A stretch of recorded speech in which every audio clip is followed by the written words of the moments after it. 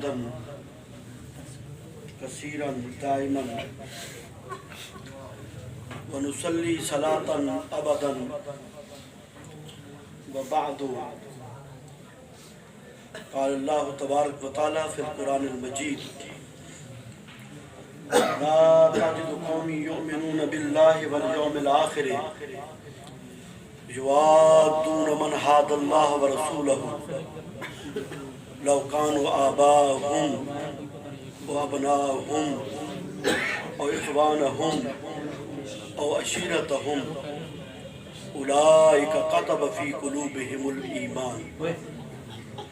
وقال الله تبارك وتعالى في مقام آخر إنما يخشى الله من عباده العلماء.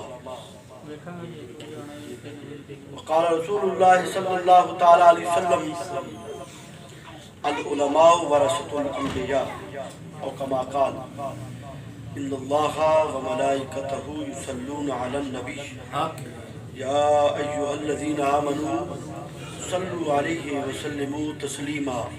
محبت سے اونچی آواز سے میرے آقا پر درود و سلام پڑھیے. صلاۃ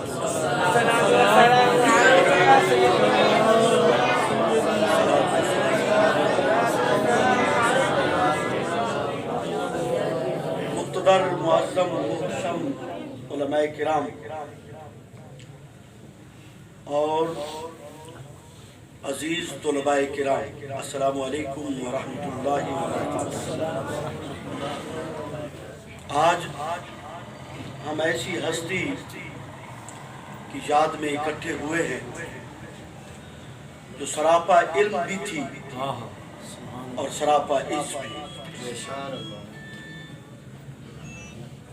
وہ ہستی جن پر غزالی زمان فخر کرے، فقاہت کے اندر بے پناہ قوت رکھتے تھے، اور جو مولانا مقصود چشتی صاحب نے کہا ہے کہ مفتی عرفان صاحب یہ ان کی دعاؤں کا نتیجہ ہے. یقیناً تعلیم المتعلم ایک چھوٹا سا رسالہ ہے اور بڑا قدیمی ہے. اس میں ہے کہ عالم دین کو اللہ تعالیٰ دنیا میں جو نعمت دیتا ہے اس کے درس و تدریس کی، اس کے پڑھنے پڑھانے کا جو انعام دیتا ہے دنیا کے اندر، اللہ اس کے بیٹے کو عالم دین بنا دیتا ہے. سبحان اللہ. یہ مفتی صاحب کی جو اللہ کی بارگاہ میں خلوص تھا اور نہایت ہی خلوص کے ساتھ تھوڑی تنخواہ پر بھی وہ پڑھاتے تھے، اور علم اتنا تھا کہ ہم ان کے علم کا اندازہ نہیں کر سکتے. مثلا کسی نے مسئلہ پوچھ لیا تو کہا بہار شریعت میں فلسفے پر ہے، دور مختار میں وہاں پر ہے، ہدایہ میں وہاں پر لکھا ہوا ہے. سبحان اللہ، سبحان اللہ، نعرہ تکبیر، اللہ اکبر، نعرہ رسالت، یا رسول اللہ. فقیہ بصیر پوری فتاوی نوریہ میں فلاں جگہ پر لکھا ہے، اور اعلیٰ حضرت فاضل بریلوی نے فلاں جلد کے اندر یہ تعریف فرمائی. سبحان اللہ. بے پناہ قوت حافظہ تھا. اور اللہ تعالیٰ ایسے لوگوں کو عطا کرتا ہے جن کا مطمع نظر فقط دین ہوتا ہے، جن کا مطمع نظر صرف للہیت و خلوص، دنیا ہے نہیں. مفتی صاحب کے اندر جو عاجزی تھی ان کی ساری تھی. میں یہاں پر پڑھاتا تھا، 2002 کی بات ہے میرے خیال میں، کہ یہاں پر اس وقت کے محتمم صاحب نے ان کا انتخاب کیا، مفتی صاحب کا، کہ یہ امتحان لے گے. تشریف لائے یہاں پر، امتحان لیا طلباء کا، اور مجھے کہنے لگے میں آپ پر اس لیے خوش ہوں کہ آپ نے سابقہ بزرگوں کی یاد تازہ کر دی کہ آپ کا رزلٹ ابھی بھی ماسٹر صاحب کے پاس پڑا ہوگا. ہمارا رزلٹ 93 95 96 تک ہمارے بچوں کے نمبر ایسے 100 میں سے. تو مفتی صاحب سپیشل مجھے مبارک دینے کے لیے اس خلوص کی نیت سے کہ بھی ایک دین کا خادم ہے. اللہ تعالیٰ ان کی قبر پر کروڑہا رحمتیں، اور جس طرح دنیا میں عاجزی پسند تھی. میں پچھلے دنوں گیا تھا ان کے مزار پر، میں دعا کر رہا تھا اور میرے ذہن میں بات آ رہی تھی کہ دنیا میں بھی اپنے آپ کو چھپائے رکھا، اٹھانے کے بعد بھی چھپائے رکھا. عام سی قبر ہے. نعرہ تکبیر، نعرہ رسالت، علماء اللہ تعالیٰ مفتی صاحب کی قبر کو بقعہ نور بنائے اور حضرت علامہ مولانا مفتی محمد عرفان صاحب کو اللہ تعالیٰ علم نافع مفتی صاحب کے نقش قدم پر چلنے کی توفیق عطا آمین اللہ تعالیٰ قرآن پاک میں فرماتا ہے لا تجد قوم یؤمنون باللہ والیوم الآخر یوادون من حاد اللہ ورسولہ. یہ ہمارے طلباء کرام تشریف فرمائے ہیں اور ہمارے مسلک کے ہی علماء تشریف فرمائے ہیں، اس لیے میں نے یہ آیت کا انتخاب کیا ہے. اللہ فرماتا ہے لا تجد قوم، اے حبیب لا تجد قوم یؤمنون باللہ والیوم الآخر. تاجدوں کی ضمیر کا مرجع میرے مصطفیٰ کریم ہے.